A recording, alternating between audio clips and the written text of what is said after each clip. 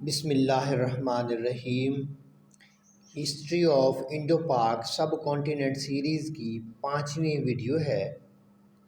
اس video میں دہلی سلطنت کے پہلے سلطان قطب الدین ایبک کے بارے میں اہم معلومات کویسچنز کی صورت میں آپ کے ساتھ شیئر کرنی ہیں۔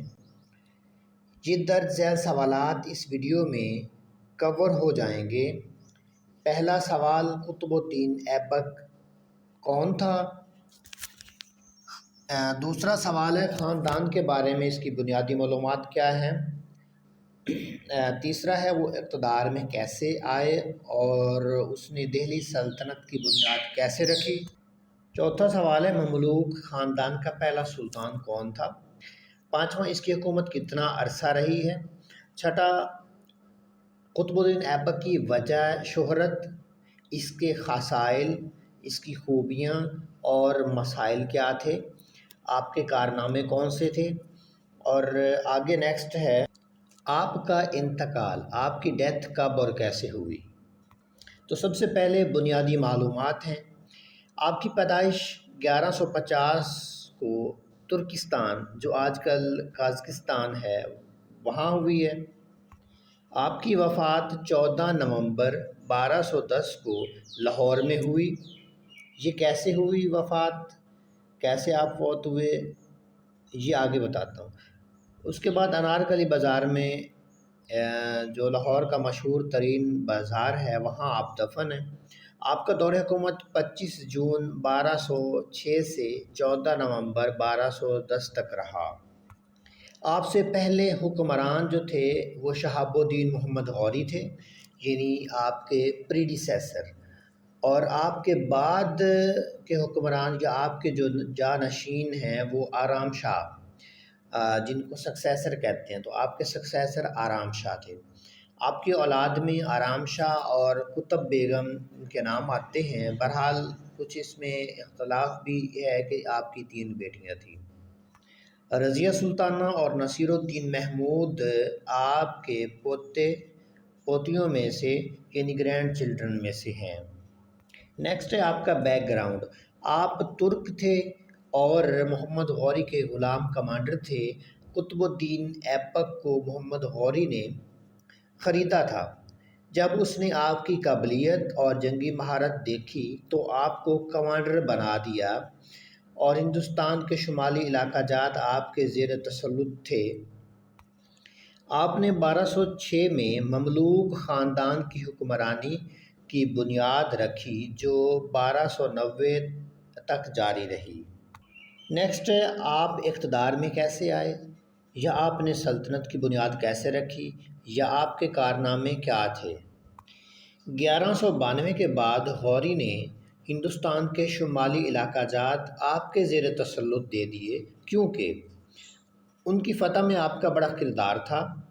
1206 میں جب غوری کو قتل کیا گیا تو قطب الدین ایبک نے خود کو سلطان قرار دے دیا، یعنی خود کو آزاد قرار دے دیا۔ اس طرح آپ انڈیا میں ترکی حکومت کے بانی کہلائے۔ نیکسٹ، آپ کے کارناموں میں آپ نے قطب مینار بنوایا، جو بعد میں التتمش نے مکمل کروایا تھا۔ آپ نے 1192 سے 1193 کے دوران یہ قطب مینار بنوایا۔ اسی طرح آپ نے اجمیر میں آدھے دن کی مسجد بھی بنوائی، جو 1192 میں مکمل ہوئی۔ آدھے دن کی مسجد مطلب اس کے اوپر چھت نہیں تھی۔ نیکسٹ ہے، آپ کس لیے مشہور ہوئے، کس لیے فیمس ہوئے، کس چیز کے لیے؟ تو ایبک انڈیا میں پہلے مسلمان سلطان تھے۔ آپ نے دہلی اور دوسرے علاقوں میں مساجد تعمیر کروائی۔ آپ کو امن کے دائی اور لکھ بخش کے اعزاز سے نوازا گیا۔ لکھ بخش جو ہے، اس کی وضاحت آگے ہے۔ امن کا دائی اس لیے کیونکہ آپ نے اپنی حکومت قائم کرنے کے بعد کسی دوسرے علاقے پہ حملہ نہیں کیا، بس جو آپ کے زیر تسلط علاقے تھے، آپ نے وہیں پہ ہی جو ہے ان کو سٹیبل کیا، اور انہی کا خیال رکھا ہے، انہی علاقوں کو مضبوط بنایا۔ نیکسٹ ہے، آپ کو عرف عام میں کس نام سے پکارا جاتا ہے؟ آپ کا نک نیم کیا تھا؟ تو آپ کو عرف عام میں قرآن خان بھی کہا جاتا تھا کیونکہ آپ کو قرآن کی آیات یاد تھی۔ دوسرا، آپ کو لکھ بخش کا نام بھی دیا گیا جس کا مطلب بنتا ہے دینے والا، کیونکہ آپ نے فلاحی کاموں میں دل کھول کر خرچ کیا اور غرباء کی مدد کی، تو اس لیے یہ آپ کی خوبیاں بھی بنتی ہیں اور آپ کو ان ناموں سے پکارا جاتا رہا ہے۔ نیکسٹ ہے ایبک کے مسائل کیا تھے؟ تو آپ زیادہ تر اپنی آزادی کو برقرار رکھنے اور اس کا دفاع کرنے میں مصروف رہے، حتیٰ کہ راجپوت ترکوں سے کچھ علاقے واپس لینے میں کامیاب ہو گئے، اور بھی اسی وجہ سے بنگال اور شمال مغرب کے مسائل اس کو درپیش رہے۔ نیکسٹ ہے آپ نے سلطان کے طور پر کہیں حملہ کیا یا کوئی فتح حاصل کی یا نہیں؟ تو اس کا آنسر بھی پہلے ہم پیچھے ڈسکس کر چکے ہیں۔ ایبک نے حکمران کے طور پر صرف اپنی حکومت کو ہی اپنے زیر اثر جو علاقے تھے ان کو مضبوط بنانے پر دھیان دیا اور نئی زمینوں یا نئے علاقہ جات کی طرف توجہ نہیں دی۔ نیکسٹ ہے آپ کی موت کب اور کیسے ہوئی، یا کون سا سلطان پولو کھیلتے ہوئے مرا؟ یہ کویسچن امپورٹنٹ ہے اور بعض اوقات پوچھا جاتا ہے یہ ان کے حوالے سے۔ تو 1210 میں آپ ایک چوگان نامی کھیل جو پولو کی طرح کا ہی ہوتا تھا کھیلتے ہوئے آپ گھوڑے سے گر پڑے، گھوڑے کے پاؤں سے آپ کافی زخمی ہو گئے جس کی وجہ سے آپ کی موت ہو گئی۔ نیکسٹ ہے آپ دفن کہاں پہ ہیں؟